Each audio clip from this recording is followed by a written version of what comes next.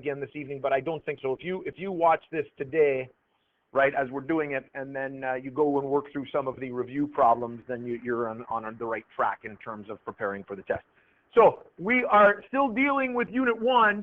Unit 1, this is Test 3, if you're trying to like keep notes and that type of thing.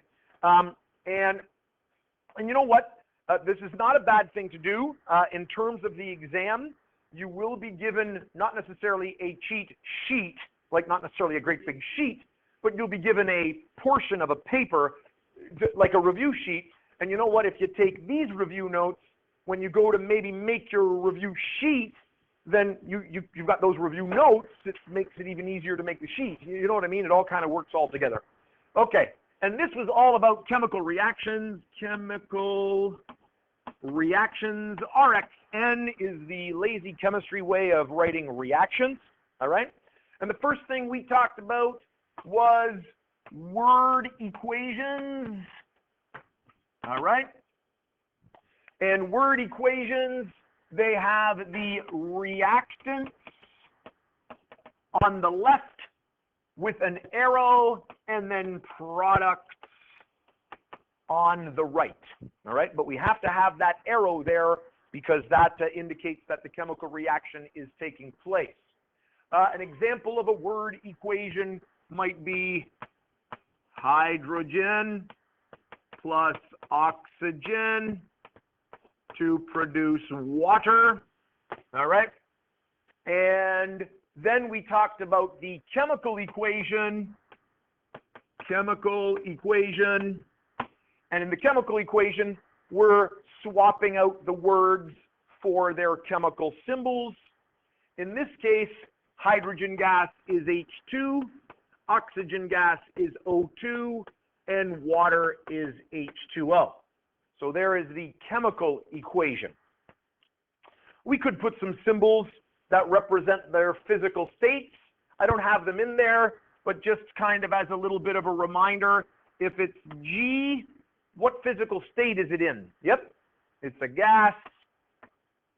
If it's an L, very often it's like a script L. I try to do a written L, you know what I mean? What is a L? What state would it be if it's an L? Yep, liquid. And if it's an S, it is solid. And actually, I introduced you to one more, AQ. We looked at that one because we saw it. Yep, aqueous. It means we've dissolved the substance in water. Excellent. Aqueous. Okay, so let's extend our page. Let's get a little longer there. So after that, the next lesson, right, we did the law of conservation of mass, all right? It means that in a chemical reaction, right, the mass of the reactant equals the mass of the products. In a reaction, mass of reactants equals mass of products, all right? Okay? Now, that's true in all chemical reactions. But let's say I was talking about a reaction like a combustion reaction of like a piece of paper. Let's say I was talking about a combustion reaction like a combustion of a piece of paper. If I took the mass of that piece of paper, put it on a scale before I burnt the paper, and then I burnt the paper, and I took those ashes and I put it on the scale, you guys probably can tell me what would be the mass of the ashes compared to the mass of the paper. What do you think? Yep. It would be less. It would be less. Does that mean the law of conservation of mass doesn't work? Well, the answer to that is no. Where did the rest of the mass of the burning paper go? Into the air as gases, like carbon dioxide gas would have been formed. So it would go up into the air, maybe some water vapor, you know, it was water vapor and it left.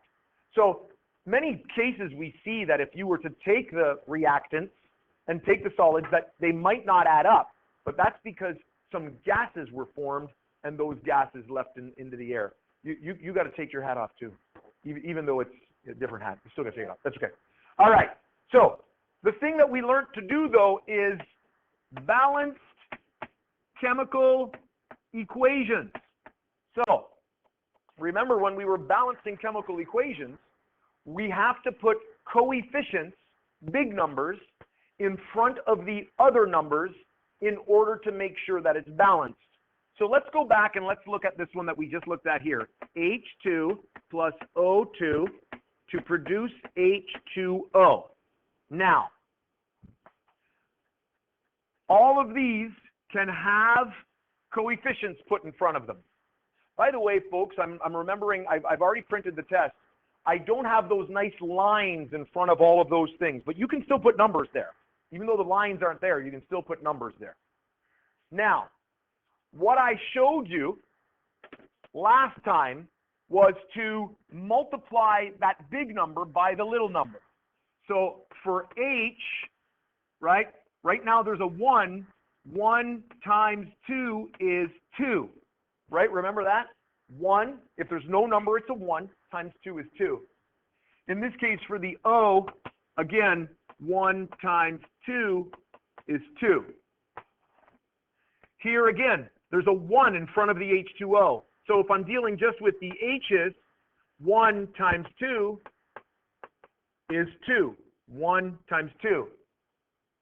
And if I'm dealing with the O's, 1 times, how many O's are here? 1. So 1 times 1 is 1. So now we ask ourselves the question, is it balanced? Is that thing balanced? No. Which one is wrong? Yeah, yep. Don't O. I need the O to be a 2, right? The only number I can change in all of this is the front number. That's the only number that I'm allowed to manipulate when balancing chemical equations. So if I need that oxygen to be 2, I need a 2 there. Now what that does is change that and change that. It changes that to 4 and changes that to 2. Does it look familiar to what we did in the lesson? Now I need to go back and check. The oxygens are good, but what am I going to have to put here to take care of the hydrogens, Nolan? A 2. So if I put a 2 there, I've turned that into a 2. That becomes a 4, and we're balanced. Okay? On the test, I'm going to get you to do some of them where you show me all that and tell me if it's balanced, like on that little assignment. And then I'm going to give you about 5 where I'm just going to get you to balance it. Right? You're just going to balance it up. All right? So if I ask you, I'm going to want to see these calculations. But if I don't, then you don't have to show me the calculations. Let's do another example here for a moment. And this example we'll do without all the writing down. We'll see if we can do it without that. I'm going to take CH4 plus O2 to produce CO2 and H2O. What kind of reaction is this? We haven't talked about that part yet, but what kind of reaction is this? Yeah? Yeah, it is combustion. How do you know it's combustion? Oh, careful. It is making carbon dioxide and water, and that does indicate a combustion reaction. But I had another way of how we could remember. The oxygen's on the left. Which should we balance last? Which of the elements up there should we balance last for the sake of ease? To make this easier. Element. Yep. Why? You're right, it's oxygen. Why oxygen? Because it's alone. So in the end, if my very last step is to put a number in front of the oxygen, I won't mess anything else up.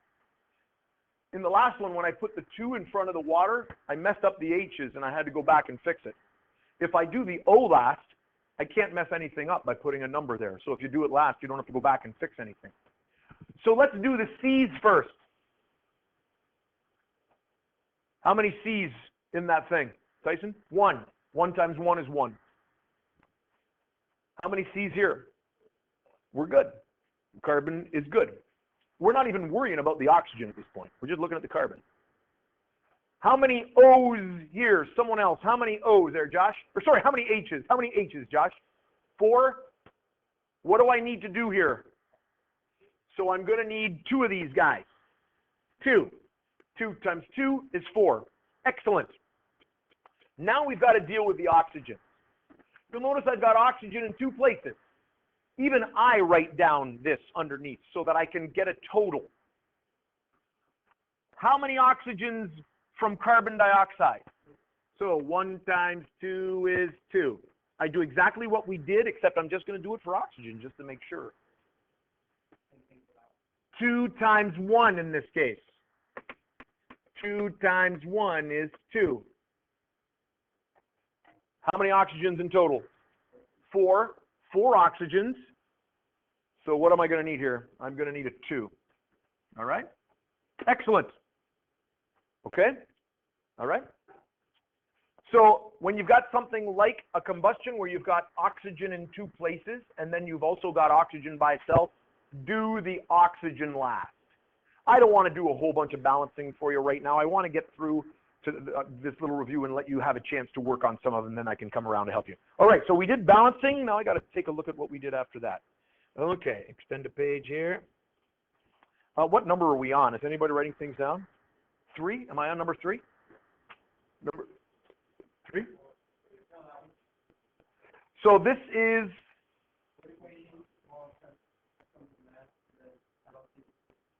Did I put balancing chemical equations as its own thing? No, it's still under 2. It doesn't matter. It really doesn't matter. I'm just trying to keep it in order for you guys. 3 types of chemical reactions. I am not going to write down examples of all the types. All I'm going to do here is write down those general equations, those things that we wrote at the beginning. So the first one, we'll put here A. Combustion. What has to be true for a combustion reaction? Yep, no one? Oxygen on the left. A plus O2 to get some kind of AO. Notice my general equation isn't balanced. We don't know what element we're going to put in there. That's what we got to wait for. This is combustion of an element. CX plus HY plus O2 produces CO2 and H2O. We just balanced one of those guys up. That's combustion of a fuel. That would include natural gas, right? We blew the can up. I still have a good, nice mark on there. That is one of the better marks. Yeah. Anyway, that's things like methane gas, propane gas, octane, which is found in gasoline, all those things. Diesel is a hydrocarbon, all right, all that stuff. So this is a fuel, all right? B, the second thing we did was synthesis. How did we know it was a synthesis? How did we know if it was a synthesis, Max? 2 becomes 1. We're making something. 2 becomes 1. A plus B to produce AB. C. Decomposition. Yep. 1 becomes 2. AB becoming A plus B, whatever that may be. Whatever that may be. Letter B. BE. All right. D. Single displacement. Oh my goodness. Displacement. Single displacement.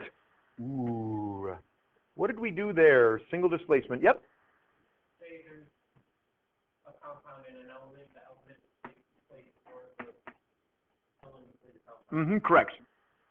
A compound and an element, and then it takes its place. Correct. It's exactly correct.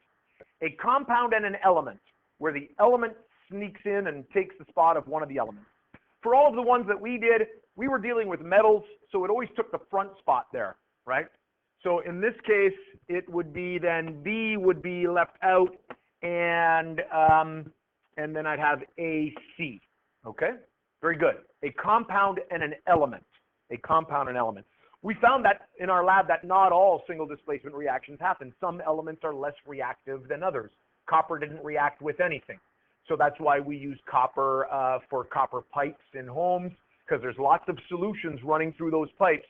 If copper was reactive and the water contains some compounds, it may swap out, but copper isn't reactive, so that's good. That's why we don't use magnesium pipes, because magnesium reacts very, very readily. And if you had a magnesium pipe, you know, you can see that. You can sometimes see that on magnesium parts. Like they were making a lot of car rims out of magnesium for a while, right?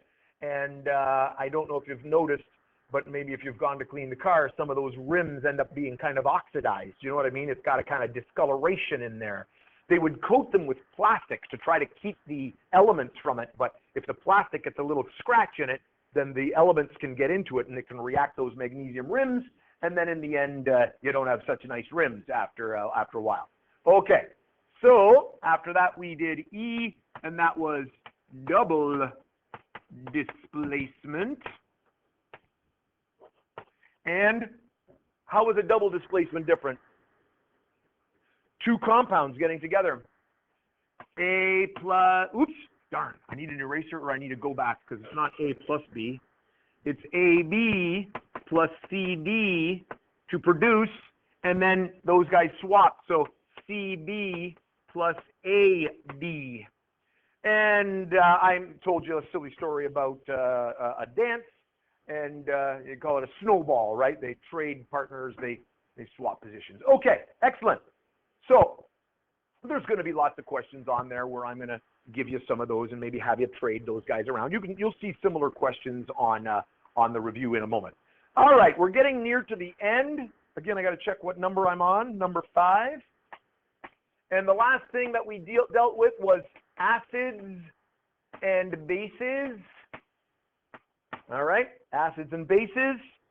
And to start with, acids, right? We talked about some of their properties. Tell me some of the things the acids did. What did the acids do? Remember, we put some with some different papers, and we put it with some magnesium, and we put it with some carbonate, some sodium bicarbonate. What did some of them do? Yep. Yeah, they were corrosive, reacted with magnesium. 2 R's in corrosive? I don't know. Corrosive? I don't know. Corrosive. Reaction with magnesium. You bet. It bubbled. What else? Yep. No, they don't. Yep. Sour taste. Yep. Think of vinegar. Think of vinegar. Think of lemons, etc., etc. The others are bitter. Yep. We also have here under corrosive, we'll put here reaction with carbonate. We put some sodium bicarbonate in and it bubbled. That's the volcano reaction, vinegar and baking soda, right? What did it do to the litmus? Yeah, turned it red. The way I remember is base turns blue. They both start with the letter B, and acid turns red. And then from that silly guy on that silly movie, he said, blue to red, I said, which is just a silly thing.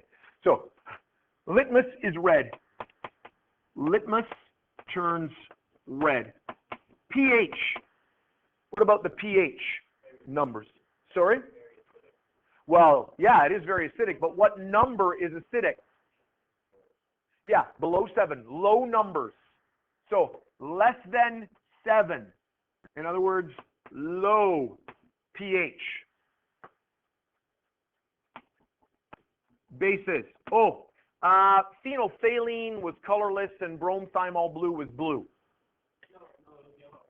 No, it's base blue and bromethymol blue is blue. I remember that one with all the B's.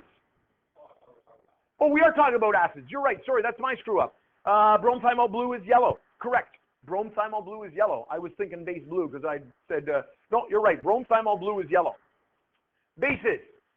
Bases are also corrosive, but no reaction with Mg and carbonate.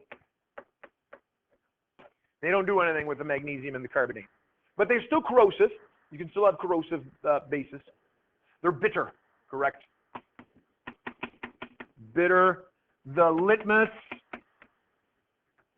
is blue. The pH is, this one's less than 7. More than 7. Greater than 7. It has a high pH, close to 14. All right.